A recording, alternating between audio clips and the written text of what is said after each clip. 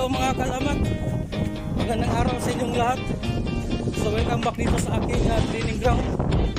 So date ngayon mga kalamat, August 24, 2025, alas 6 ng hapon, pero maliwanag pa kunti. So takbo tayo mga kalamat ng 5 kilometers.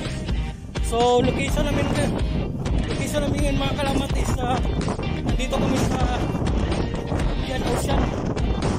So papunta kaming Brazil o sa Argentina.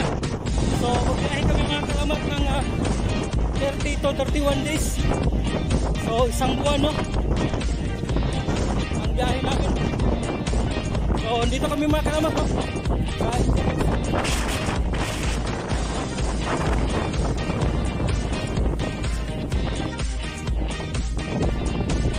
So yun lang mga kalamat, no,